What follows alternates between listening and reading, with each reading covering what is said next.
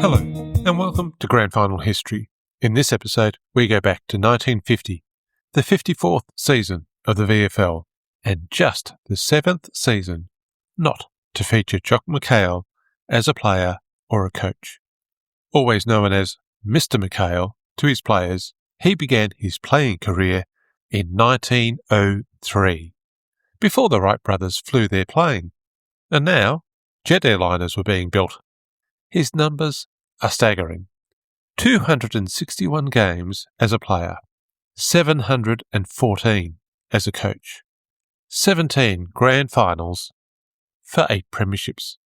His influence on the game goes well beyond those numbers. We will return to Mr McHale shortly. For now, let's have a look at what was going on in 1950, the halfway point of the 20th century. What were the stories and articles getting the attention of players and supporters after they got through the sports section of their newspaper? It was the first year of the Menzies Liberal government, and they finally ended petrol rationing, more than 10 years since it was first introduced during the war. The threat of communism was big news in 1950. A Victorian Royal Commission into the Communist Party delivered its results in May, just as the footy season was getting underway. The Commission found a damning indictment of the activities of a body of men enjoying the advantages of the Australian way of life while plotting to overthrow the country's established institutions and to sabotage its industrial machinery. So, it was no surprise when the federal government introduced a bill to ban the Communist Party. It was controversial. It seemed to some that defending freedom required banning political choice. We'll hear more about that in the next year. As the finals took place in September 1950, literature, politics, and football collided with Frank Hardy's sensational debut novel, Power Without Glory. It was a very thinly disguised, slightly fictionalised story of colourful racing identity and Collingwood benefactor John Wren. In the novel, John West dominated the suburb of Carring-Bush rather than Collingwood with his SP bookie empire that connected punters, politicians, sportsmen and crooks. The novel quickly became a bestseller. When politicians met, the first question they asked each other was, "Have you read the book?"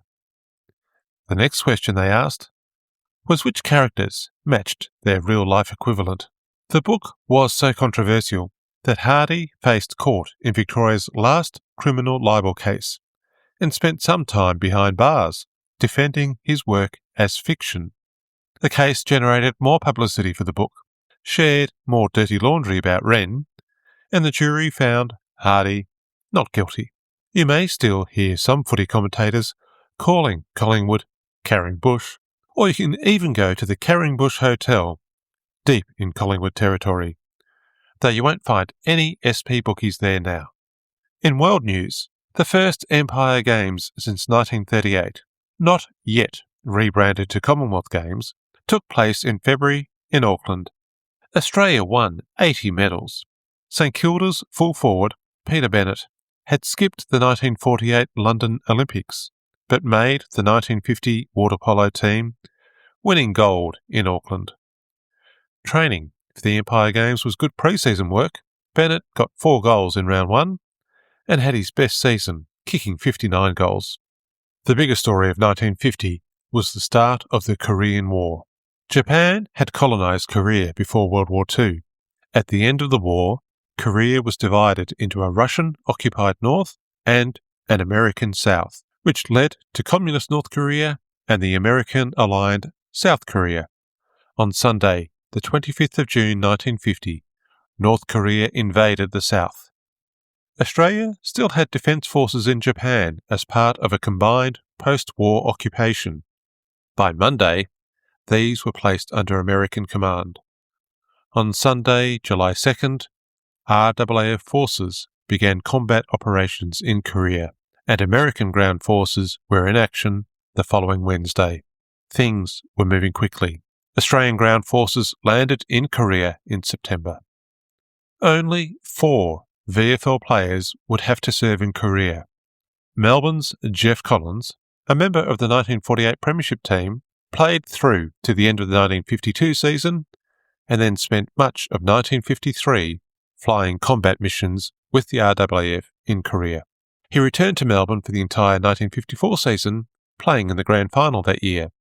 John Curtin played a couple of games for St Kilda in 1947 after his World War II service, then served in the Army in Korea in 1953. John McGreevy played a couple of games for Hawthorn in 1952, before his Army service took him to Japan and Korea from 1954 to 55. Alan Stretton had played 16 games for St Kilda in 1946 and 47 after his World War II Army service, then served in Korea from 1954 to 55 as part of a distinguished career, eventually becoming a Major General. He's also remembered for heading the disaster management and cleanup of Darwin after Cyclone Tracy in 1974. The fighting in Korea would last until July 1953, when an armistice settled the demilitarized zone following the 38th parallel, the same border that existed between the North and the South before the war began. There is still no peace treaty to actually end the state of war. Peter Bell, who played 286 games with North Melbourne and Fremantle, was born in South Korea and adopted by an Australian couple. 1950 also saw a couple of innovations that have become part of everyday life. Diners Club launched the first multi-purpose credit card that could be used at a variety of shops, restaurants and other establishments. In our modern era, many football stadiums are cash-free and you have to use a credit or debit card, a concept that had its start in 1950. If you pack your sandwiches to take to the footy, you might have used 1, 2, or even more Kraft Singles cheese slices, which were also launched in 1950. Both credit cards and sliced cheese would take a while to reach Australia. While talking innovations, television and football was a topic of many conversations by administrators and officials. At a meeting of league secretaries during the Brisbane Carnival, it was confirmed that the principle of no pay, no broadcast would apply to TV too when it arrived in Australia. Although broadcast fees, limited to radio at this time, were rather modest. Radio stations played about £50 per ground per season, and the VFL sold broadcast rights for finals for £60, which is about $4,000 in today's money. Not quite the multi-billion-dollar deals for TV broadcast rights that we have today. There was talk of raising admission prices yet again, but after negotiations with the Ground Management Association, a cartel of cricket clubs that controlled access to many VFL club grounds, the price for the outer stayed at 1 shilling and 3 pence, about equivalent to $4 in today's money. Another way of looking at it, going to the footy in 1950 cost about the same as buying 2 loaves of bread in 1950. In our modern era, a general admission ticket is about $20, which is about 7 loaves of bread from today's shops. We are paying a fair bit more to go to the game today than the 1950 supporters. But we get a seat, shelter from the rain, and much better facilities. Sometime between 1950 and now, the league realised we were willing to pay more to go and watch a game of footy. There were many commentators in 1950 who thought the admission was too low and that players were not paid enough. But is the price right now? Let's focus on the footy, starting with the pre-season before getting into the 1950 season and the finals. North Melbourne declared they would be known as the Kangaroos in March 1950, but it didn't seem to get too much traction. The real boost was in 1954, when committeeman Fons Tobin got a 3-metre tall papier-mâché kangaroo that had been part of a display for the Royal Tour and installed it at Arden Street. But the starting point was in March 1950, when the club decided that the Kangaroos was a better nickname than Shinboners. The reserves were to be called Wallabies, but that didn't stick.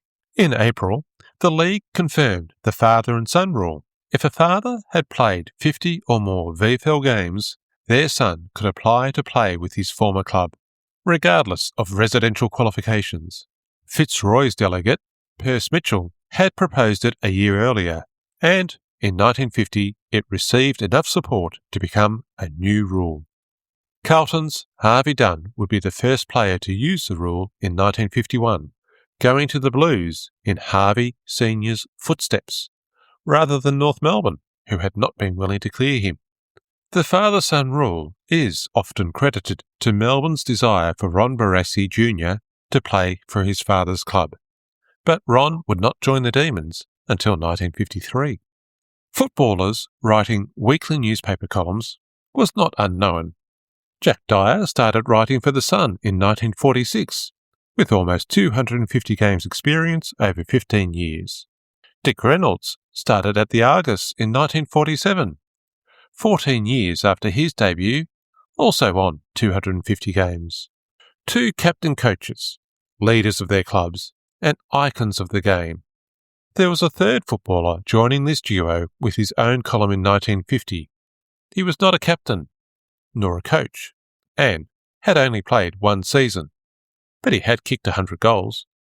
The Herald gave John Coleman a weekly column for his insights and knowledge. It was a sign of the times and a pointer to the future, the footballer as a celebrity. The Herald had their finger on the public's pulse, tapping into the fascination with this young football excitement machine. He may not have the experience of Dyer or Reynolds, but he would help sell newspapers. And Coleman would earn £5, 5 shillings a week on top of the £4 playing fees and his wage as an accountant. Along with a variety of endorsement deals, Coleman was kicking some financial goals in just his second season. 3 VFL clubs were looking for a new coach in 1950, which is about the normal run rate for the previous 10 years. For one club, it was a simple affair, but 2 unforgettable controversies rocked the other 2 clubs to their foundations. South Melbourne wanted a playing coach and were able to recruit Gordon Whopper Lane from Essendon. While he had come off the bench in the 1949 Premiership win, he had only played 10 games in the last 2 seasons, as he struggled with injuries. Given the opportunity to progress as a coach, Essendon were willing to clear the 131-game, 3-time Premiership veteran, and he replaced Jack Hale at South. Hale would go to Hawthorn as an assistant coach in charge of their reserves. Hawthorn was a club that had played 25 VFL seasons and won just 99 games. Essendon had won more games in the last 8 seasons. The Hawks did not get much attention from the press, but that was about to change. There were some fundamental problems at Glenferrie. They did not have many members, nor much money. They did not have a great recruiting network across country Victoria or interstate. And if they did see a recruit, they were not the most attractive destination for someone looking to play league football. Their metropolitan zone hadn't been a happy hunting ground either. It is an ongoing issue in any era. A club that is not successful has many challenges to address before they can begin that long climb up the ladder. After the end of the 1949 season, the committee decided they needed a new, non-playing coach. 3 seasons under captain coach Alec Albertson had just delivered 12 wins, finishing 11th, 11th and last. Alec was not opposed to the move. He'd given coaching a crack and it had not worked out.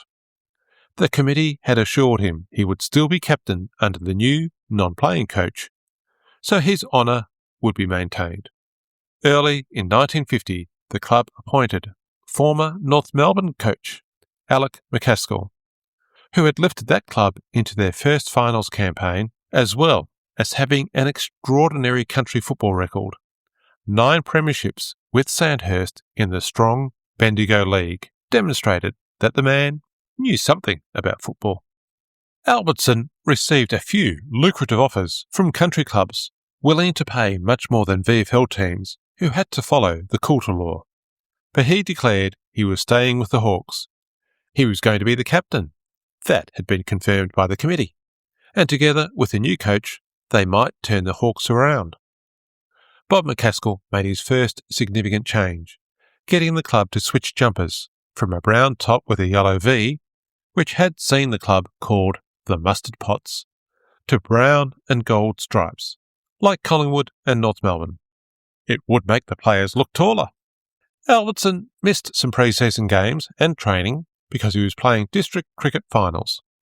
Meanwhile, the new coach declared he wanted a more vigorous style of play. He wanted opposition clubs to know they had taken Hawthorn on, a team that could not just be pushed aside. He was having plenty of conversations with former Army Commando and wartime hero, Best and Fairest winner, regular state representative, and sometime on-field protector and enforcer, Kevin Curran. Albertson was more of a gentleman, a brilliant rover, two-time Best and Fairest, a leading goal kicker in multiple seasons, and a 14-year servant of the club. Before the last practice match, Curran was announced as captain. He was the type of player McHale wanted to lead a more physical style of play. It was a decision that unleashed a storm and generated plenty of coverage for Hawthorn, but not the reason they wanted to be in the papers. Albertson said the Curran appointment was, quote, one of the dirtiest things I've ever had put over me, end quote. He said he had nothing against Curran and that his argument was with the committee. Cole Austin, Albertson's mate, and 1949 Best and Fairest winner, who had also tied for the 1949 Brownlow before losing on countback, also said he would not play unless the decision was reversed. The Hawthorn committee issued a statement denying the captaincy had ever been promised, only that it was a possibility. There were calls to sack the committee. Some believed that religious sectarianism was part of the problem. McHale and Curran were Catholic, while Albertson was a Protestant. It seems crazy now, but for decades there was a schism in Australian society between Protestants and Catholics, which played out in workplaces, sporting clubs and more. That division died away as Australia evolved with post-war immigration, but it was still a very real thing in the 1950s. Now, whether religion had any part to play in Bob McHale's decision is impossible to say, but the fact that people believed it might shows how tense the situation was. The club stuck with Curran as captain and cleared Albertson to North and Cole Austin to Richmond. Kevin Curran did go physical, and after round 3 he was suspended for 4 weeks for attempted kicking, which he emphatically denied. His first game back was against Richmond. After lining Cole Austin up from 40 yards away, he flattened him well after he got rid of the ball, and Curran was reported again. Despite both players using the traditional approach of nothing to see here, Curran was suspended for another 4 weeks. It was a terrible start to a horrible season for the Hawks. They would not win a game all season, still stuck on 99 wins after completing 26 seasons in the VFL. Collingwood were, in many respects, the complete opposite of Hawthorn. They had won 11 premierships, more than any other club, played in more finals than any other club, and had been the most stable in terms of coaching and administration. But even supposedly dormant volcanoes can unexpectedly erupt, and things at Collingwood were about to explode. Glenn McFarlane's book, Jock, has all the details about this episode and much more. Worth reading if you want to know more about this giant of the game's history. I'll give a summary now and provide more details in a special Jock McHale episode which will be available shortly. The first tremor was a report in The Sun in February that McHale had not confirmed that he would be coaching in the coming season. Yet, after the AGM in March, he was confirmed as coach, and he was taking pre-season training, age 68, preparing for his 40th season. Then, a major shockwave thundered out on Tuesday, April 4, just 18 days before the start of the season, when Jock told the Collingwood committee he would not be coaching in 1950. It was time to dust off the succession plan for a non-playing coach, developed in the 1946 mid-season trip to play some exhibition games in Perth. Discussions during that trip settled on Collingwood's seconds coach, Bevan Woods. As a player, he had won 2 premierships from 5 grand finals in 110 games between 1935 to 1940, before becoming seconds coach in 1943. Woods became the designated successor. What seemed like good planning in 1946 did not convince everybody in 1950. Fons Kine had been the captain since 1946, won 3 successive Copeland trophies between 1946 to 48, and was seen by the players and supporters as the natural successor. While he had been doing pre-season training, he was prepared to retire to meet the non-playing coach requirement.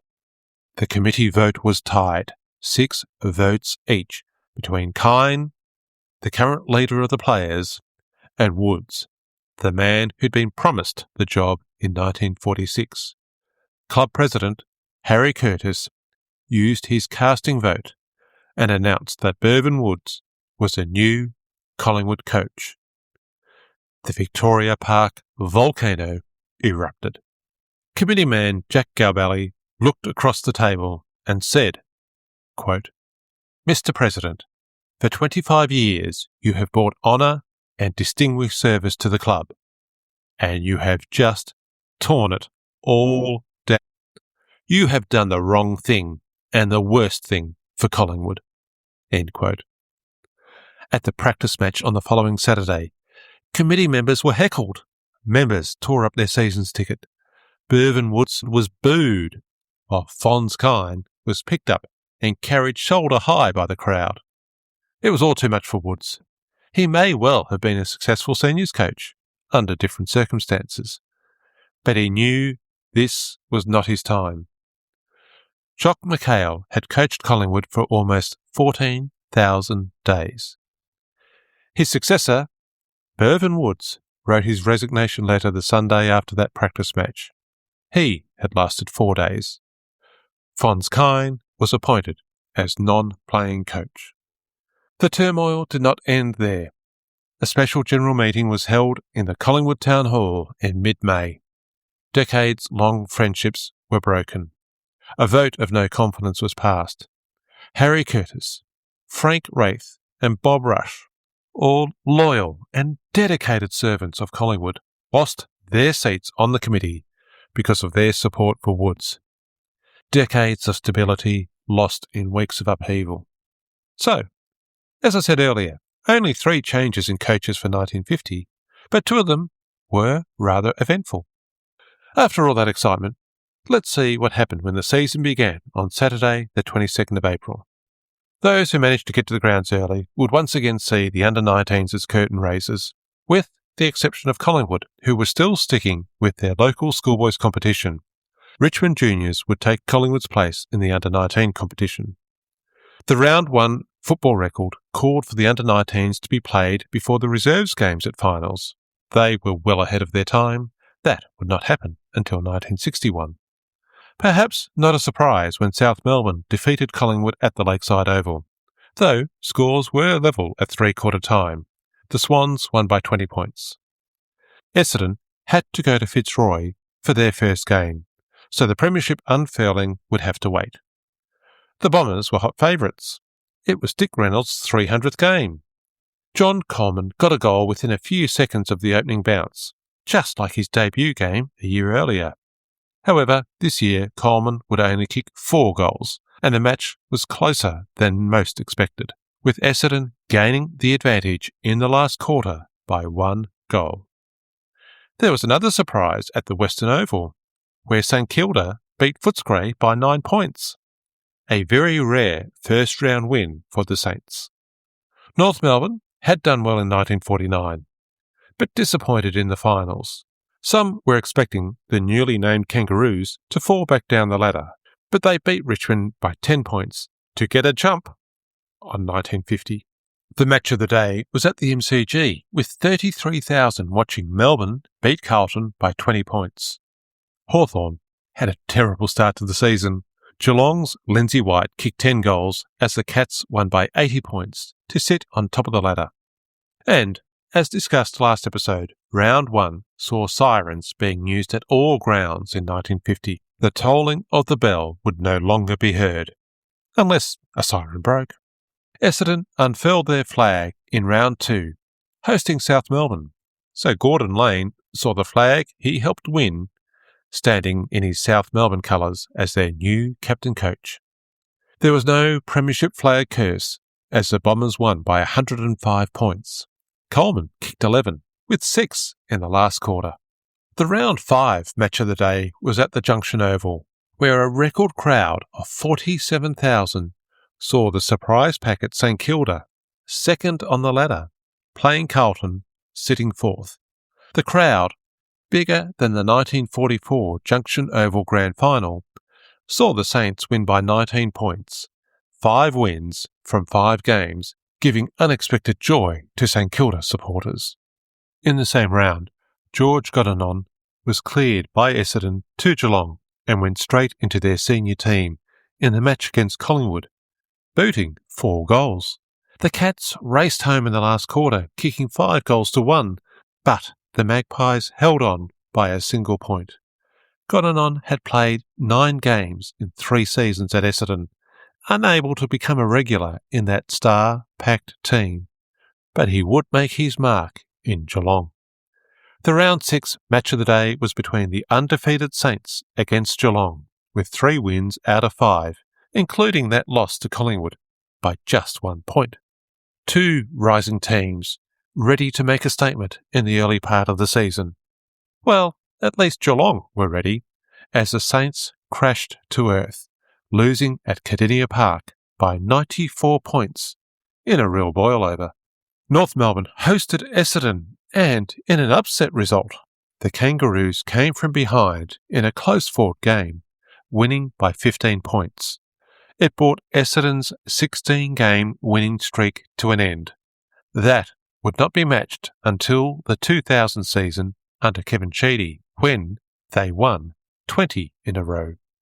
After all that drama, the season was about 1/3 complete, and despite their losses in Round 6, Essendon and St Kilda remained first and second on the ladder, with 5 wins, followed by Geelong, Melbourne, North and Carlton on 4 wins, in what was shaping up as a close season.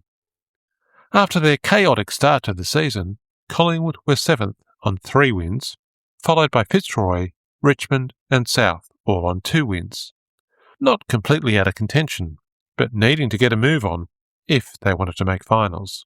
Footscray were 11th with just 1 win, and Hawthorn last with no wins. Hector Lacey in the Sporting Globe led calls for the Round 7 clash between the top 2 sides, Essendon and St Kilda, to be moved to the vacant MCG. Windy Hill could only hold about 30,000, while 60,000 and more could comfortably be accommodated at the MCG. But, as he wrote, petty contracts with ground managers, to the man who sells lollies, to the bar licensee, and to the hot dog vendor, count for much more than the wish and safety of the people who love the thrill of a big football clash. Hector Lacey had been beating the drum for big games to be moved to the MCG for a couple of seasons now, but the VFL was not ready. It would not happen for many decades. 27,000 saw Essendon beat the Saints by 63 points, their second thrashing in 2 weeks. Had St Kilda peaked too soon?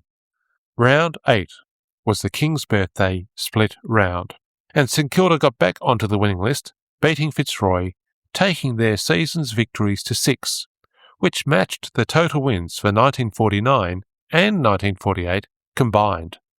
Maybe they could keep it going. Round 8, 1950, would see Collingwood play their 1,000th VFL game. Their strong finals record over so many seasons meant they were the first club to reach the milestone.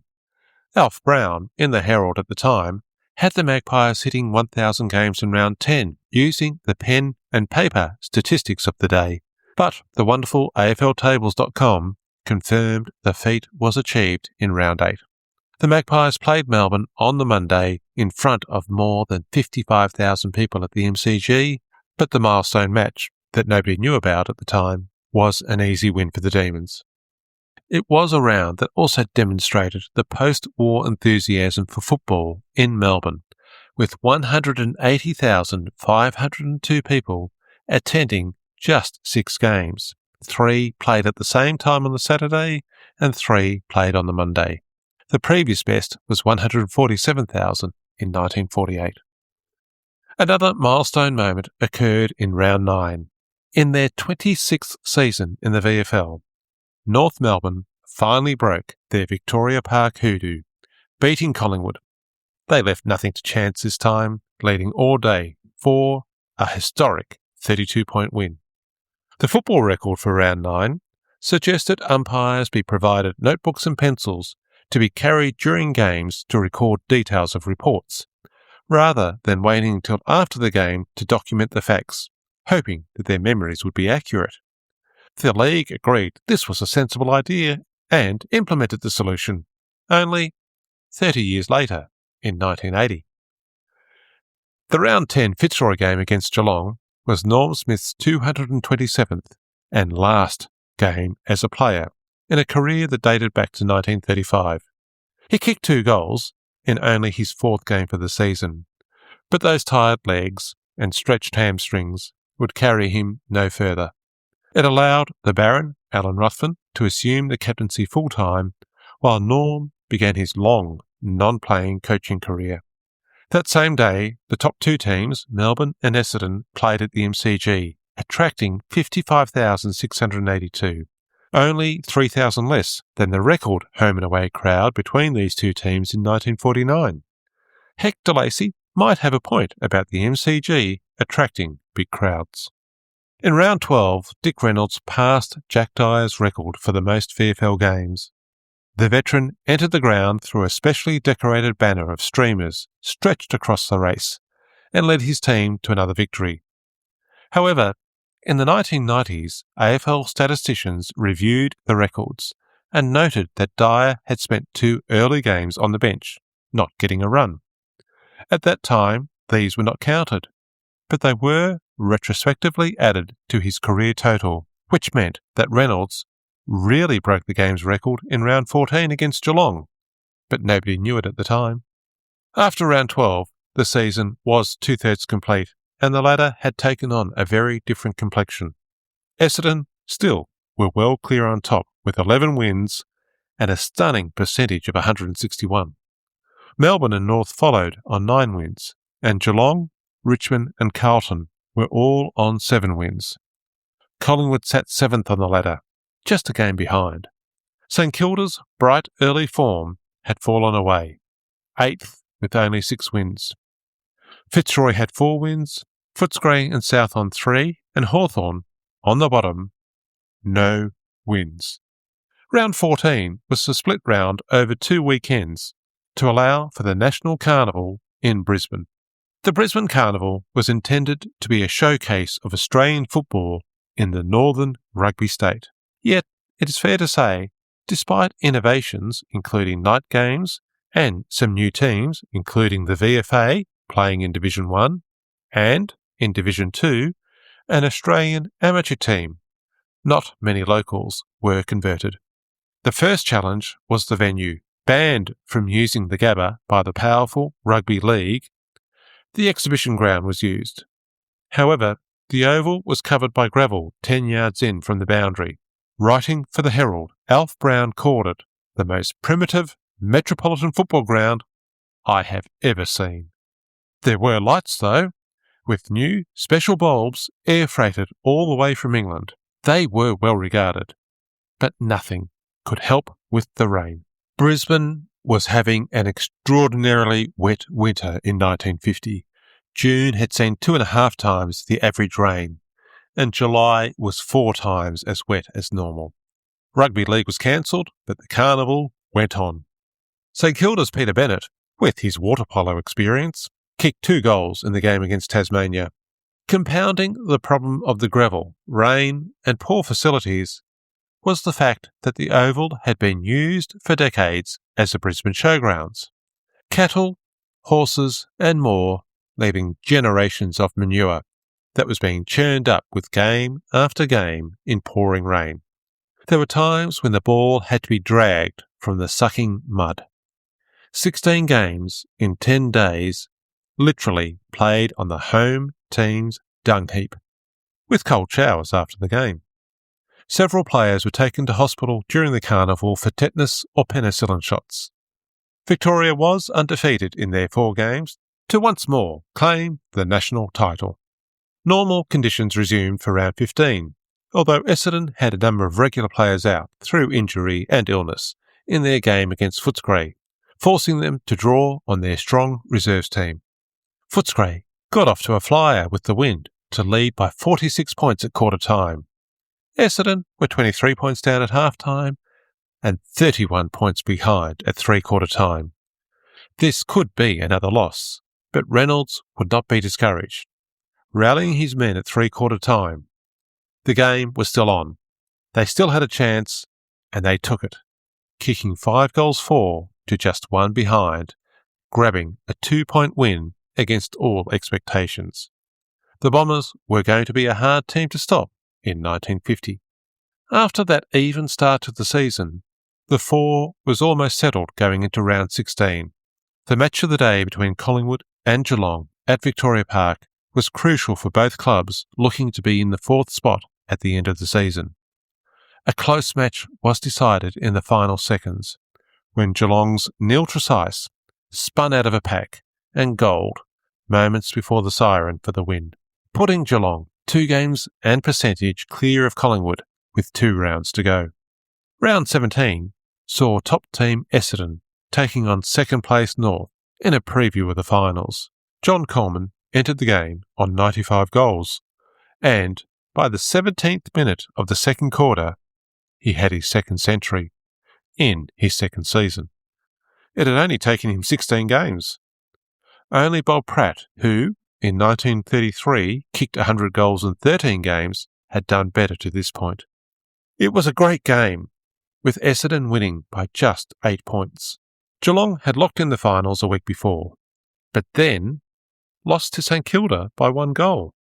Melbourne lost to Norm Smith's Fitzroy by 5 points, 3 of the top 4 teams losing a game just 2 weeks before the finals. In the last round of the season, Fitzroy beat North at Arden Street, ending a winning streak of 17 home wins, dating back to round 3, 1949. Still a record for the Kangaroos. Geelong lost to Richmond at Cardinia Park. 2 losses in the final 2 weeks meant that only their superior percentage kept them in the 4. Essendon travelled to the Junction Oval. The first time they played St Kilda this season, it was first versus second, and 27,000 went to Windy Hill. But now the Saints were 7th, and well out of finals contention. But still, 27,000 turned up. How much was the Coleman effect? The game muddled along until three-quarter time with Essendon 4 goals up. The last quarter was a reminder of the Bombers' strength. They kicked 11 goals, with Coleman getting 6 to finish with 10 for the day. They were not losing their way into the finals. Essendon finished on top of the ladder for the 4th time under Dick Reynolds' coaching. They were 4 games clear with a percentage of 162, 40% higher than the next team. A truly dominant season. But now it was finals time. North Melbourne lost their last 2 games of the season, but finished second. Melbourne lost their second last game, finishing third, and Geelong lost their last 2 games, but kept 4th, with better percentage than either Fitzroy or Richmond, also on 10 wins. The Maroons had beaten top 4 teams Melbourne and Kangaroos in the last 2 rounds, as well as winning their last 6 games of the season. Yet that was only enough to earn them the 1950 Almostess Award for just missing out on the finals. A better start to the season might have got them over the line. Richmond were 6th. Twice in the last 3 seasons, they'd been a game out of the 4. Close, but not close enough. Collingwood followed on 9 wins in their troubled season. Carlton was equal 3rd at the end of June, but did not win a game from round 11 to round 17 and dropped to 8th with just 8 wins and a draw. St Kilda, who won 6 out of their first 8 games, finished the season on 9th spot with 8 wins and that draw against the Blues. Footscray had been in the finals a couple of years earlier, but now they were 10th with just 5 wins. South were 11th, also on 5 wins. Hawthorn were winless and last in a season that had started badly and got worse. Another wooden spoon for the team from Glenferrie. Yet sometimes, when you really hit rock bottom, the only way is up. A young player won the best and fairest in just his first season. John Kennedy would achieve many more firsts for Hawthorn. He saw the emphasis that McCaskill placed on fitness. It was a lesson he remembered well. Former Carlton player and Swans coach Jock McHale had joined the club as an assistant coach, and he would also play a key role in the club's future. Several committee members, including Sandy Ferguson, who would soon become the club president, learnt from the turmoil, and they made sure committee processes and decisions were clear and transparent, with a focus on building trust throughout the club. Success did not come immediately, but it was a turning point for the club. Brownlow medal votes were counted on the Wednesday after the end of the regular season, and while Fitzroy had thrilled their supporters with that late season rush that just fell short, their captain and rover, Alan the Baron Ruthven, did win the Brownlow medal. He got 21 votes, 3 clear of Geelong's Fred Flanagan on 18. Ruthven was 28 and in his 11th season with 150 games at Fitzroy. Originally, he had tried to join Collingwood as a 16-year-old, but head trainer Wal Lee took one look at the skinny youngster and told him to go back to school. You can't always pick him at that age. Ruthven then joined the Victorian Brewery team in the Saturday Morning League, where he was spotted by Fitzroy Reserves coach Charlie Cameron.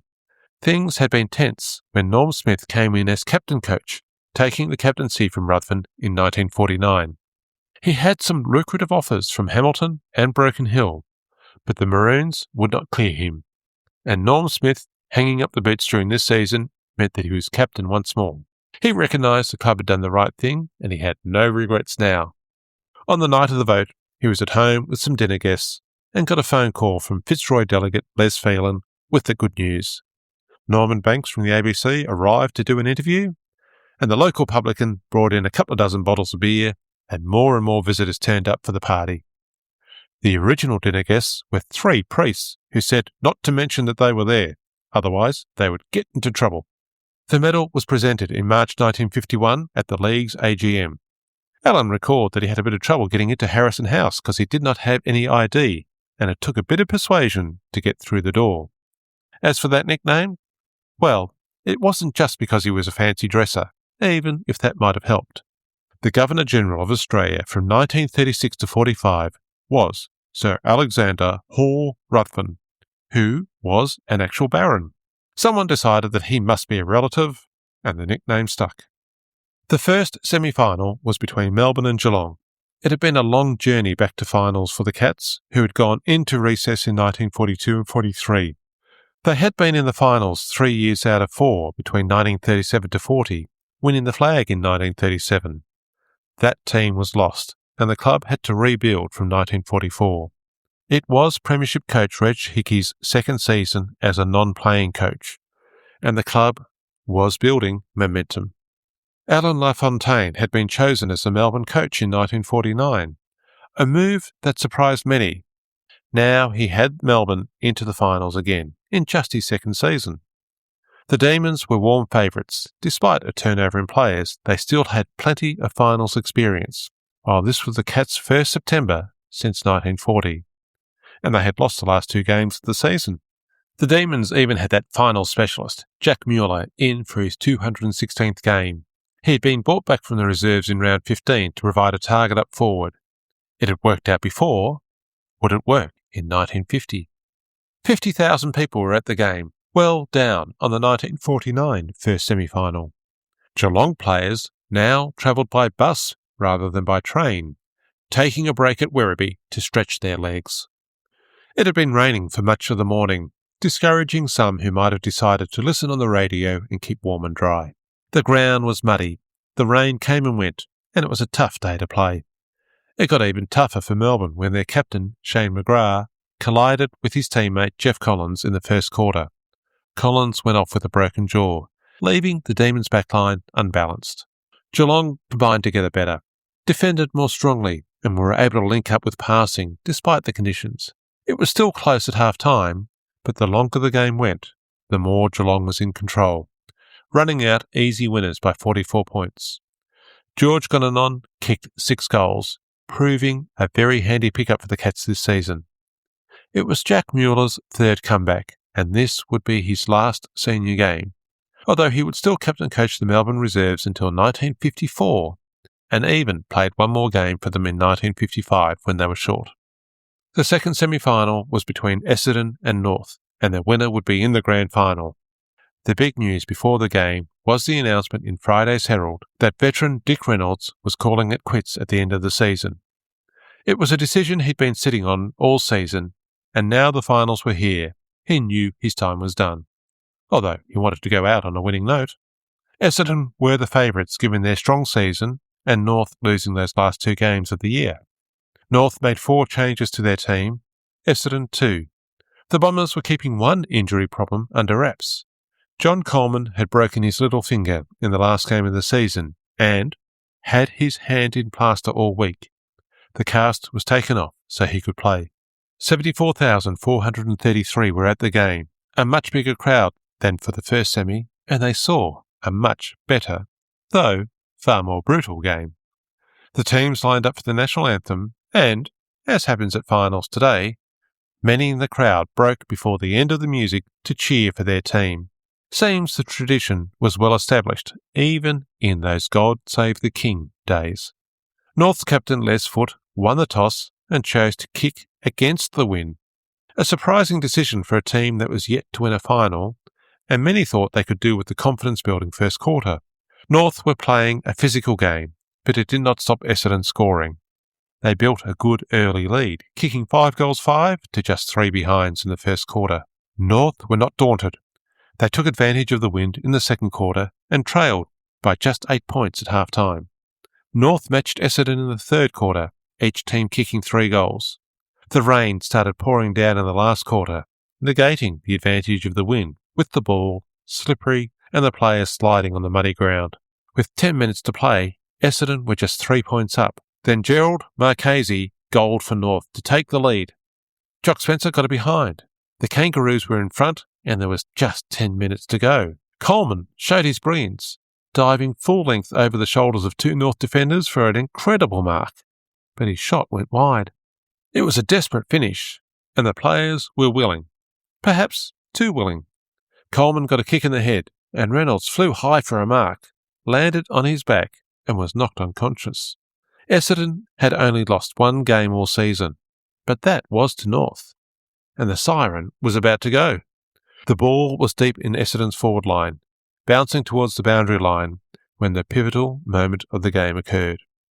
As the ball was about to go over the boundary line, North's ever-reliable fullback, Jock McHale, the man who kept Coleman to just 4 goals, attempted to knock the ball further away from the Essendon goal, but inadvertently punched the ball back into play. Coleman grabbed it, turned, and rather than rush a shot, calmly passed the ball to Ron McEwen in the goal square. It was an easy goal. Essendon took the lead and won the game. The Dons were in their 8th grand final since 1941. North were yet to win a final and had to play a confident Geelong in their preliminary final. Despite their hard game against Essendon, North were tipped as favourites in the preliminary final against Geelong. 73,539 were at the game, a record crowd for a prelim. 5 extra trains and 40 special buses travelled from a rapidly emptying Geelong. The RACV and the police were prepared. They remembered Geelong's 1925 premiership year when the Geelong-Melbourne Road was lined with one of the greatest collection of broken-down cars in history. North entered the ground through the familiar ribbon-bound race, but also released a flurry of blue and white balloons, perhaps the start of many balloons at MCG finals in years to come.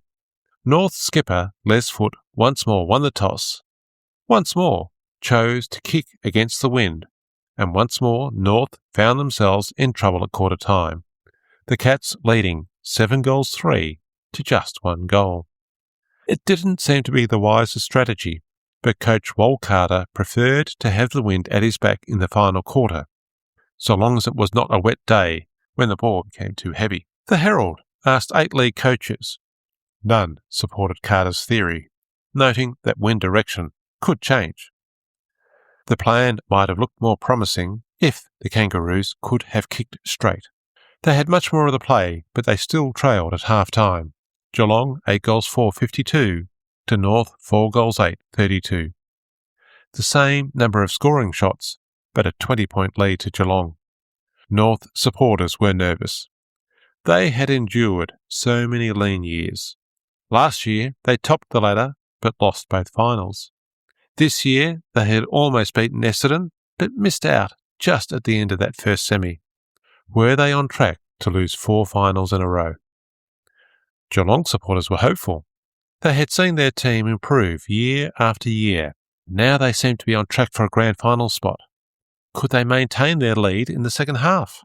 The third quarter was the turning point, and it was the North Melbourne supporters who had everything to cheer for.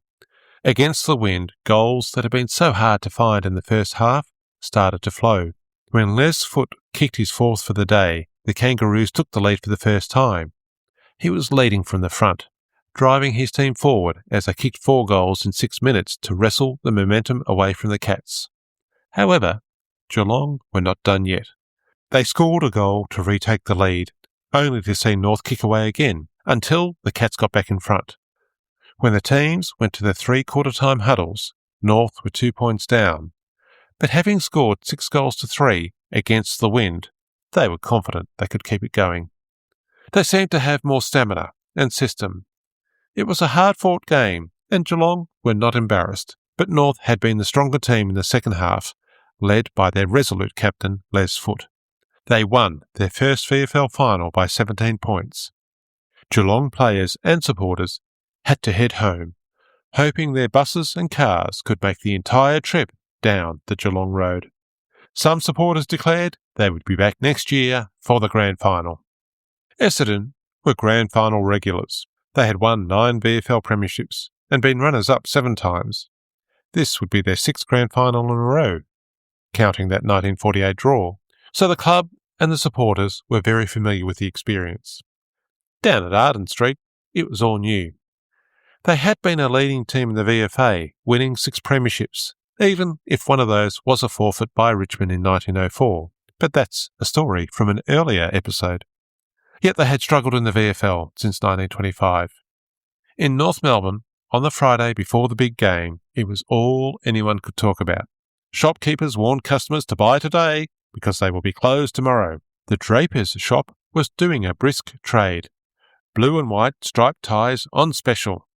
Barman at the pub had North Melbourne jumpers on. The local butcher had hung a string of 18 boiled shin bones and blue and white streamers outside his shop. No kangaroo fillets on display in 1950. The place was buzzing. North Melbourne would be led by their captain Les Foote, winner of 3 Best and Fairest awards in 1945, 49 and 50. Debuting in 1941 at just 16 years, he only managed 2 games in 43 and 44, given his service with the RAAF. He could play in the ruck, up forward and defend when required. He was renowned for his balking and dodging skills, allowing him to move through spaces hidden to other players.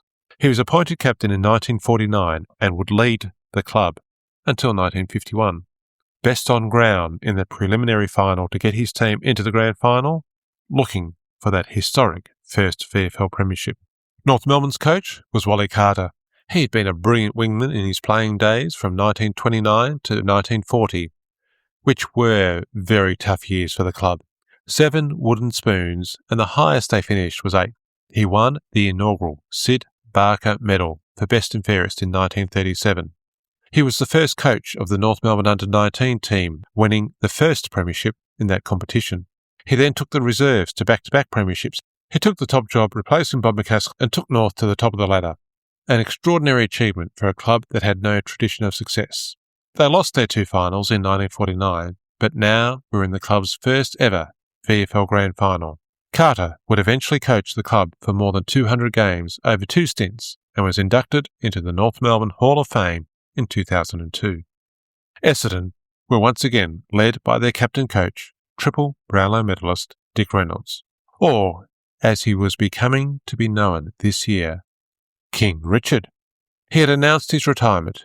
It would be his 319th game in a career that started back in 1933, and he won his first Brownlow in just his second season. For all his individual brilliance, it was his leadership skills that had brought so much success to the club. He was criticised by many for his tendency to leave players in position, even when they were getting beaten. Yet, it was that faith in his team members that gave them the confidence to succeed more often than not. Perhaps it might have cost them a flag in 1947 or 48, but it might have been what got them there in the first place. Reynolds was a non-drinker and a non-smoker, and his fitness and capacity to keep moving all day, well past his 35th birthday, had exhausted many younger players who tried to keep up. He knew how to support and manage his players, and they did their best for him. He wanted to continue as a non-playing coach next season, if the club would have him. But now he had one more game to go, unless it was a draw. Jock McHale Jr. umpired the first semi and the preliminary final, and was rewarded with his 4th grand final in 3 years in his 126th game of a career total of 212. Dad, Jock McHale Sr., umpired 5 grand finals over 304 games. When Jock Jr. umpired, his dad and mum would watch most of his games. Jock Sr. was often critical of his son's efforts. If he was making too much of a fuss, Mrs McHale would lean over and tell her husband, "Shut your trap, Jack." She knew her football and all the rules, so on a Sunday morning she would take her son breakfast in bed and discuss the finer points of the game with him. Jock Jr. always credited his parents for the support they provided him, which is just as well because no one else ever seemed to appreciate the umpire. There were more than a few pundits who thought that North could build on their 3-point loss in the semi-final and beat Essendon, despite the Bombers only losing 1 game all season, against North in round 6. Essendon had also won in round 17, yet that was only by 8 points. North clearly were the only team that could consistently trouble the Bombers. The Herald surveyed the other 10 captains, and they were split 6-4 to Essendon, even though the sentimental feeling was for North to win their first flag. North took an unchanged team into the grand final. Essendon, who had the benefit of a week off, still had injury worries. Talented rover Greg Tate would be amongst the unluckiest players in league history. Debuting in 1947, playing 6 games, including the grand final against Carlton, lost by just 1 point.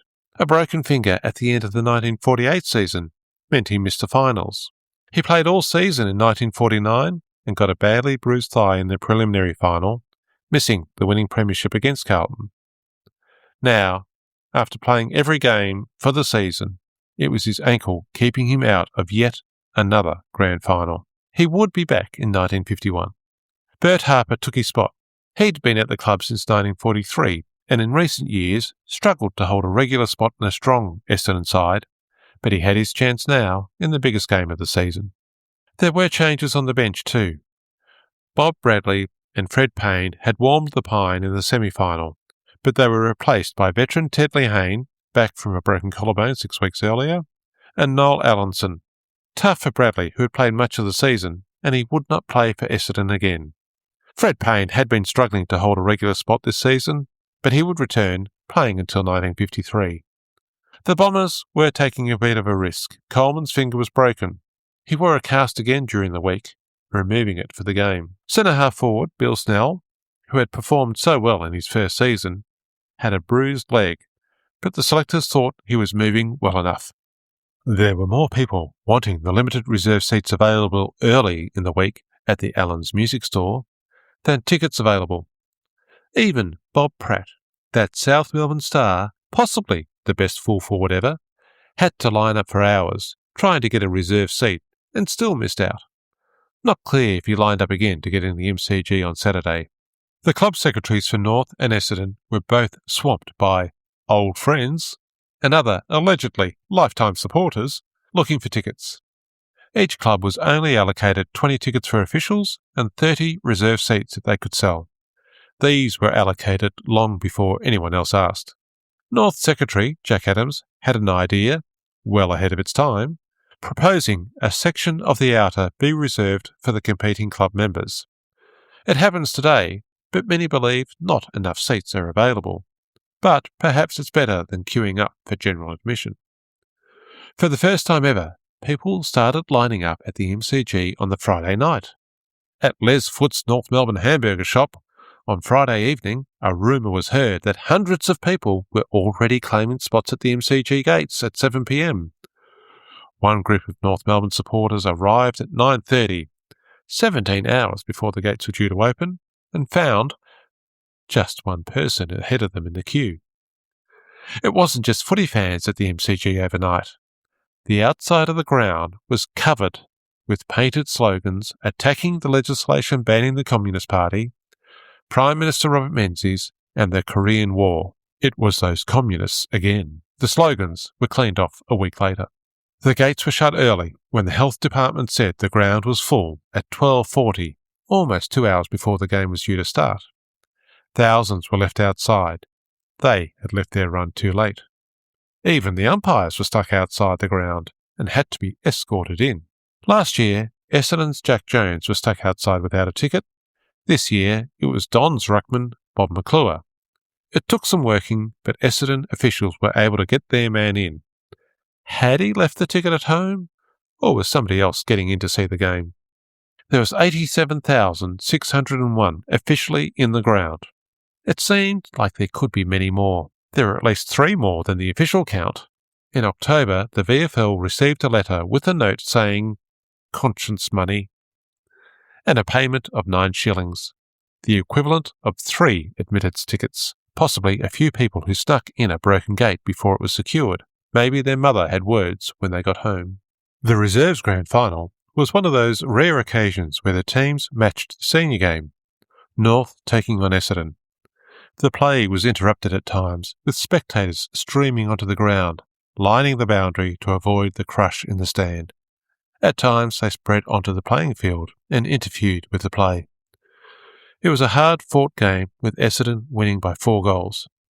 Essendon won the Under-19 Premiership flag by just 1 point against Carlton at the start of the month, and now had the reserves flag. Could they get all 3 premierships? As Essendon entered the field, the crowd gave Dick Reynolds a fine ovation.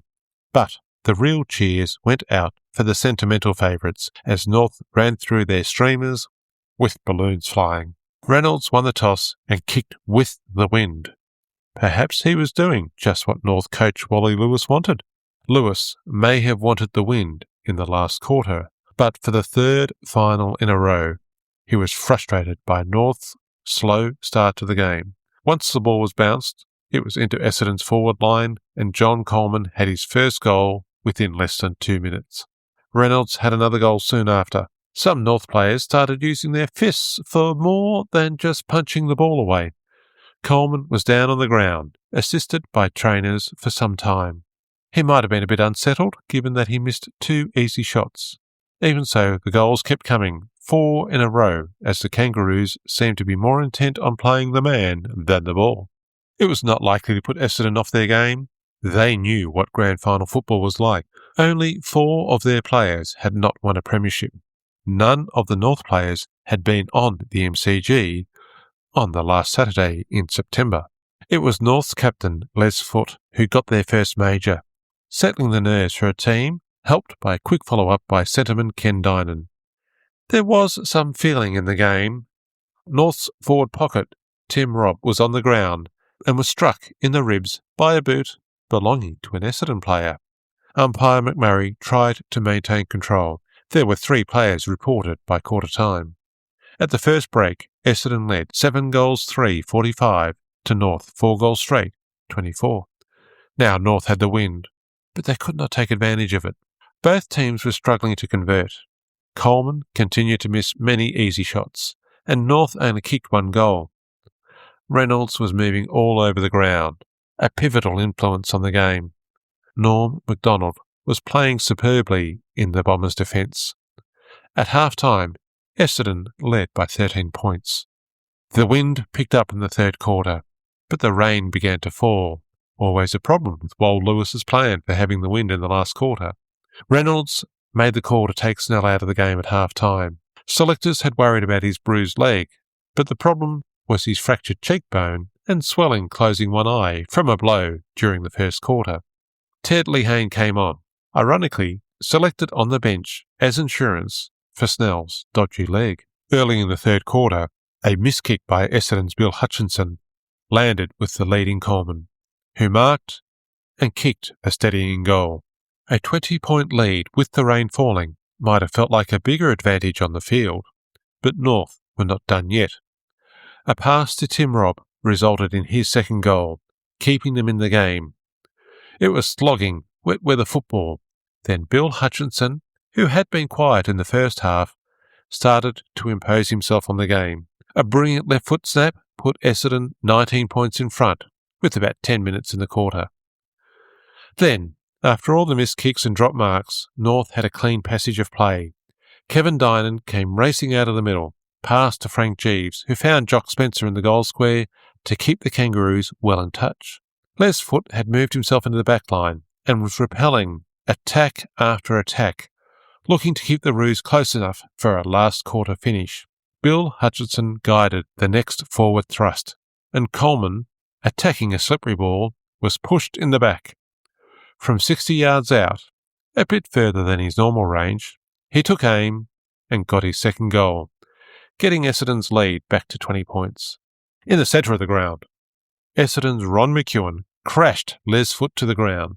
The North skipper got the free, and his long kick found full forward Jock Spencer, who kicked his 4th behind for the day. Now it was Essendon moving the ball forward with a kick into the goal square. The struggle between Coleman and Jock McHale almost saw Jock take the mark. Essendon's Alan Harper tried to toe-poke the ball for a major, but the goal umpire said it was touched. As the Herald's Alf Brown reported, Essendon were playing better football, but North's defence was still hard to pass. However, with a 20-point gap, did North Melbourne's forwards have one more comeback for the season left in them? Les Foote went into the North forward line at the start of the last quarter. It had been a match-winning move the week earlier. There were plenty in the crowd hoping for the fairy tale finish. The underdogs upsetting the favourites.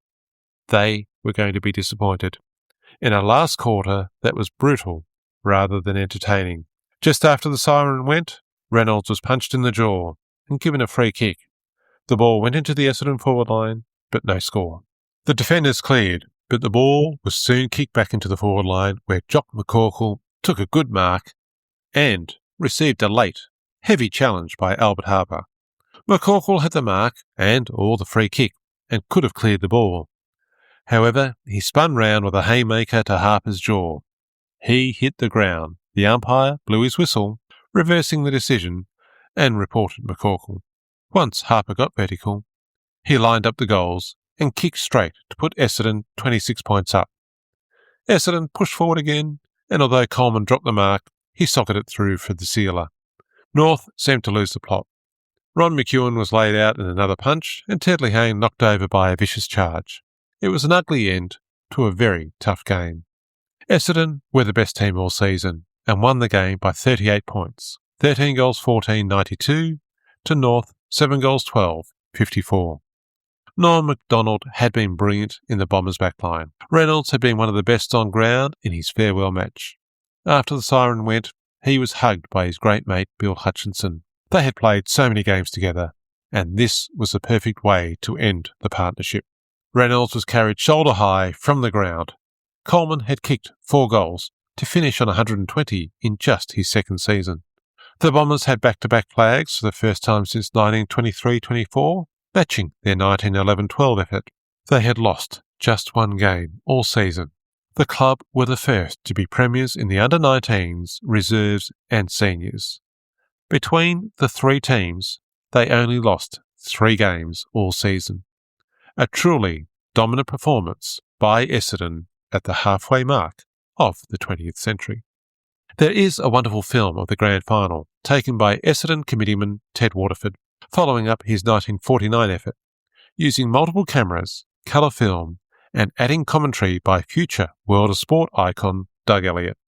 I think it's the earliest footage you can really watch and follow the game, much better than those short newsreel montages of earlier games. Waterford's film was in hot demand, not just at Essendon, as people who were not at the ground wanted a real view of the grand final. It's on the retrospective channel on YouTube. I will put a link in the episode notes at grandfinalhistory.au. On the Monday after the game, the Herald published a Weg cartoon with Reynolds leading his team wearing a crown as King Richard. The nickname had really stuck this season. William Ellis Green, known by all as Weg, had grown up as a next-door neighbour with Reynolds in Aberfeldy. They used to kick a footy together as kids. Both would make their mark on Grand Final day. Reynolds with his premierships at Essendon and Weg with his famous posters of the winning team sold after the game. They started in 1954 and kept going until his death in 2008, with the tradition continued by Mark Knight. Let's leave King Richard and the Essendon Football Club to their well-deserved celebrations for 1950.